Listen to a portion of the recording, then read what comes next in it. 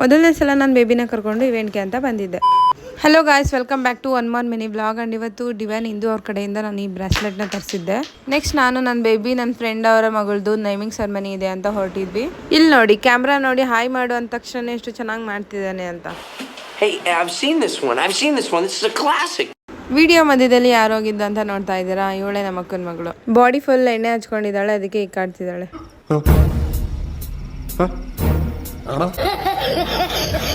ನಾನು ಈ 3 ಪೀಸ್ ಅನಾರ್ಕಲಿ ಕುರ್ತಾ ಸೆಟ್ನ ನಾನು ಮಿಂತ್ರಾಯಿಂದ ಆರ್ಡರ್ ಮಾಡಿದ್ದೆ. ತುಂಬಾನೇ ಚೆನ್ನಾಗಿದೆ. ಈ ಸಮ್ಮರ್ಗಂತೂ ತುಂಬಾನೇ ಕಂಫರ್ಟಬಲ್ ಆಗಿದೆ ಅಂಡ್ ಕ್ವಾಲಿಟಿ ವೈಸ್ ತುಂಬಾನೇ ಚೆನ್ನಾಗಿದೆ. ನೀವೇ ನೋಡ್ತಾ ಇದ್ದೀರಾ.